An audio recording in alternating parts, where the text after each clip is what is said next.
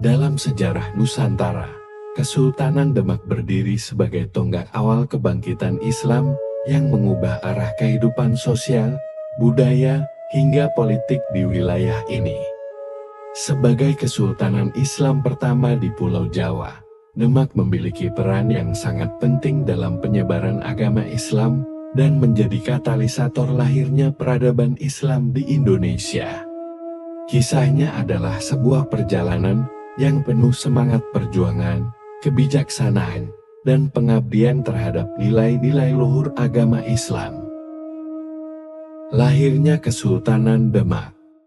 Kesultanan Demak didirikan oleh Raden Patah, seorang pemimpin visioner yang dikenal sebagai sosok penuh wibawa dan kebijaksanaan. Ia adalah putra Prabu Brawijaya V dari Kerajaan Majapahit dan seorang wanita Tionghoa bernama Siu Bancen.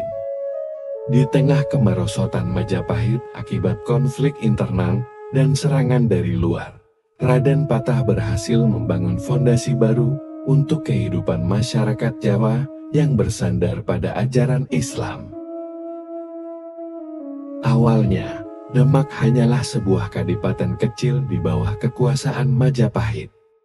Namun, dengan kepiawaian Raden Patah, Demak berubah menjadi sebuah pusat kekuatan politik dan ekonomi yang berpengaruh di tanah Jawa. Posisi strategis Demak sebagai pelabuhan besar membuatnya menjadi simpul perdagangan antar negara, menarik pedagang dari Arab, Gujarat, Tiongkok, hingga kawasan Asia Tenggara.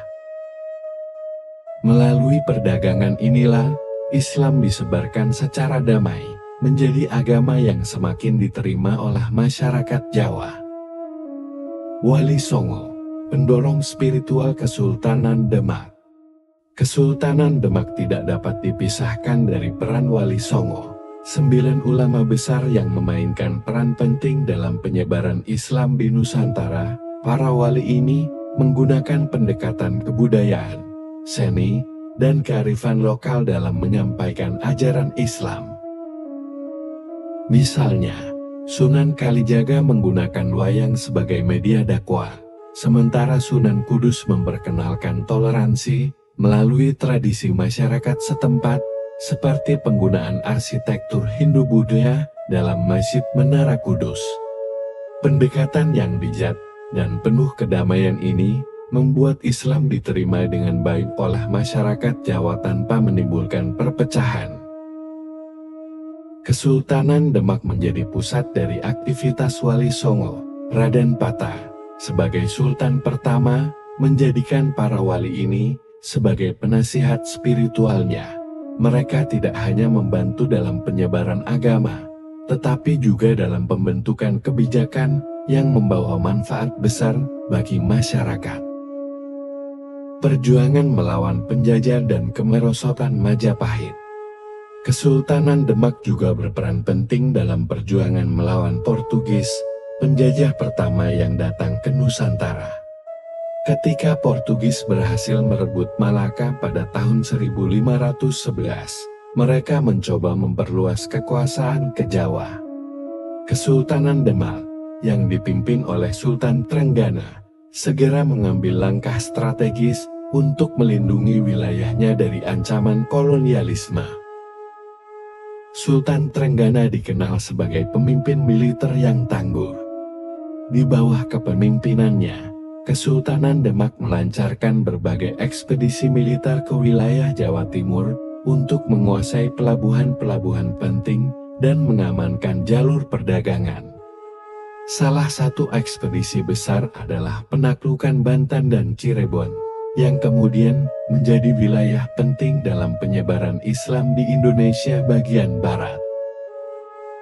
Peninggalan dan warisan Kesultanan Demak. Kesultanan Demak meninggalkan banyak warisan budaya dan agama yang masih dapat kita saksikan hingga hari ini.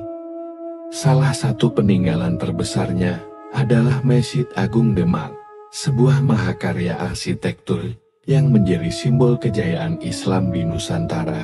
Masjid ini dibangun dengan semangat gotong royong dan menggunakan tiang-tiang utama yang dikenal sebagai Saka Guru, yang terbuat dari kayu jati utuh.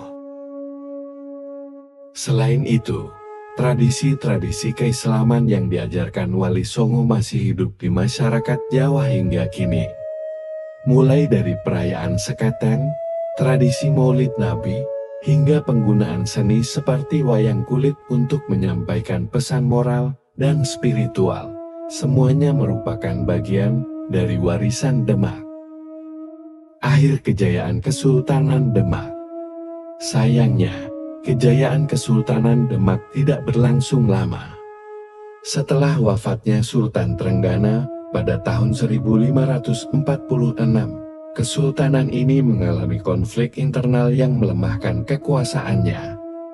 Perebutan tahta di antara para pewaris menjadi salah satu penyebab utama runtuhnya Demak. Namun, meski mengalami kemunduran, warisan Kesultanan Demak tetap hidup. Peran Demak sebagai pelopor perjuangan Islam di Nusantara tidak dapat disangkal. Kesultanan ini telah membuka jalan bagi lahirnya kesultanan-kesultanan Islam lain di Indonesia, seperti Kesultanan Mataram, Cirebon, dan Banten, yang melanjutkan perjuangan penyebaran Islam dan perlawanan terhadap kolonialisme. Kesultanan Demak dalam perspektif modern. Bagi generasi sekarang, kisah Kesultanan Demak adalah pengingat bahwa perjuangan tidak hanya dilakukan dengan senjata, tetapi juga melalui dakwah, pendidikan, dan diplomasi. Islam di Nusantara tumbuh dengan cara yang unik, tidak dengan paksaan, melainkan melalui adaptasi budaya dan pendekatan yang penuh toleransi. Kesultanan Demak mengajarkan bahwa kekuatan sejati berasal dari persatuan dan visi yang kuat. Meski tidak lagi berdiri sebagai kekuatan politik, nilai-nilai yang diwariskan oleh Kesultanan Demak tetap relevan dan menjadi inspirasi bagi umat Islam di Indonesia hingga kini. Sobat sejarah, pernahkah kalian membayangkan bagaimana Islam pertama kali menyebar di Nusantara hingga menjadi agama mayoritas di Indonesia? Dalam video kali ini, kita akan mengungkap kisah heroik Kesultanan Demak, Kesultanan Islam pertama di Jawa yang menjadi pelopor perjuangan Islam di Nusantara. Mulai dari kisah Raden Patah, peran Wali Songo, hingga perjuangan melawan penjajah Portugis, semuanya terangkum dalam cerita penuh makna dan inspirasi. Jangan lewatkan. Yuk, tonton sekarang dan mari kita pelajari bersama sejarah hebat ini hanya di channel kami. Klik tombol subscribe dan nyalakan lonceng notifikasinya. Sampai jumpa di video selanjutnya.